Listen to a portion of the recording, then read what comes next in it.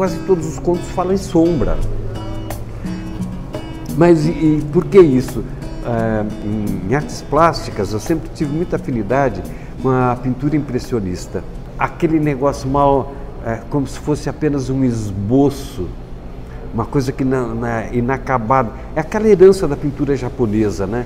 Que é tudo apenas esboçado, apenas sugerido, como no simbolismo, né? Sugere, mas não diz. Em quase todos os contos eu consigo este clima o leitor vai perceber que é isso que eu estou dizendo, mas eu não vou dizer não. É a responsabilidade dele. Ou seja, o leitor vai me ajudar a construir o conto. Já existe trabalho acadêmico sobre isso. Uma dissertação de mestrado sobre isso, sobre essa questão do livro. O título da dissertação é Traços Impressionistas na Literatura de Menalton Graf. Uma tese de mestrado na Unesp de Araraquara. Na realidade, revela aspectos da gente que eram intuitivos, inconscientes, e de repente se tornam alguma coisa que vem para a consciência. O estilo, eu acho que estou fazendo a coisa mais natural do mundo e alguém de fora, olha só, é a tua cara. Quer dizer, eu não consigo ver que é a minha cara, mas alguém de fora consegue. Esse livro, na realidade, foi o produto de um período assim, de grande desilusão, a partir do desmoronamento do mundo do socialismo. Eu passei assim por uma crise de confiança na humanidade, de uma certa amargura. Eu passei uma temporada muito boa sem escrever nada. E quando eu voltei a escrever, a minha preocupação principal era a preocupação estética, era no campo da estética, do cuidado com a linguagem, etc. E como construir a história.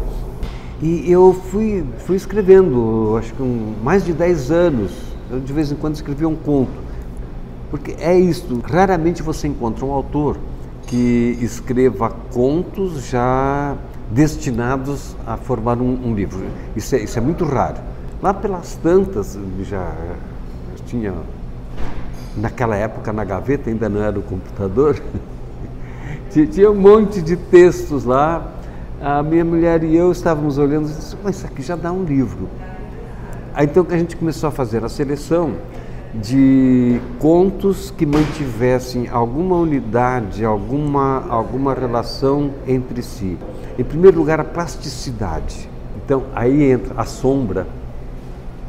A sombra é toda impressionista. E em muitos, isso eu mesmo não tinha percebido, era apenas uma questão de gosto. E quem vai me alertar para o fato é a menina que produziu a dissertação de mestrado.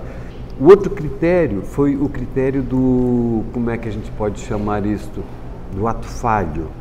A coisa que não funcionou, a intenção que não se realiza, que está perto, mas não se realiza. Isto era o resultado desse período que eu estava vivendo, de desilusão, né? de descrença com o ser humano.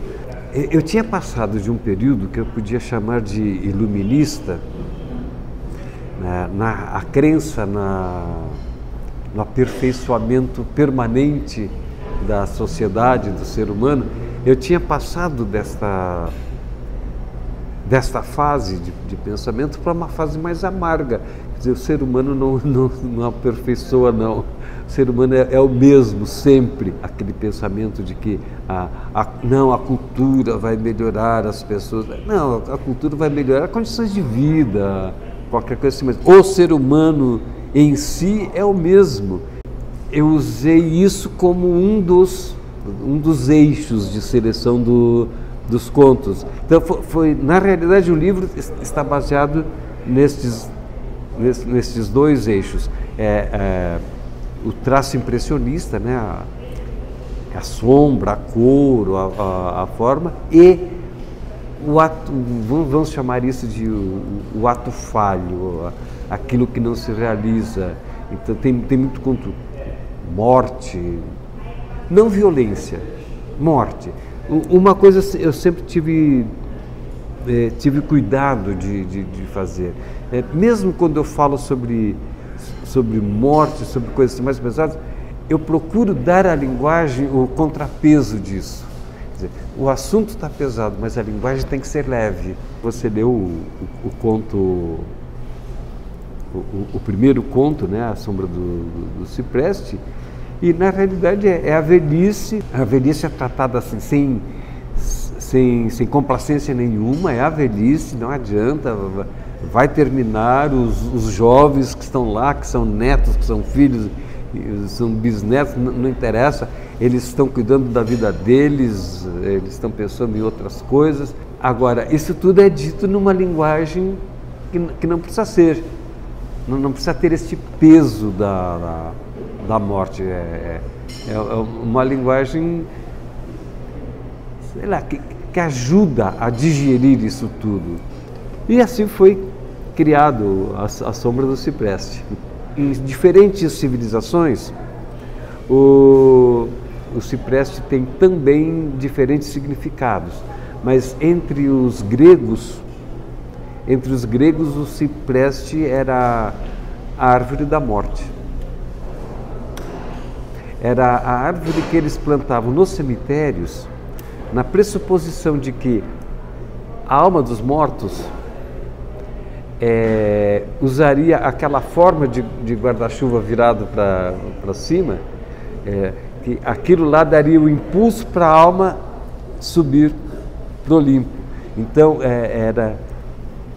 o cipreste até hoje uma tradição ocidental plantar cipreste nos cemitérios. Pode ir aqui em São Paulo, no cemitério da Consolação, tem muito cipreste lá. Então, quando a personagem fala no cipreste, na realidade ela está falando dela, né? A sombra do cipreste é a morte que está chegando. Pelo menos a minha tentativa de simbolização é esta. Na medida que fala que a sombra do cipreste vem chegando perto dos pés dela, é o fim da vida. Ela já criou os filhos, criou os netos, ela ouve os bisnetos e está se despedindo, inclusive sem grande drama.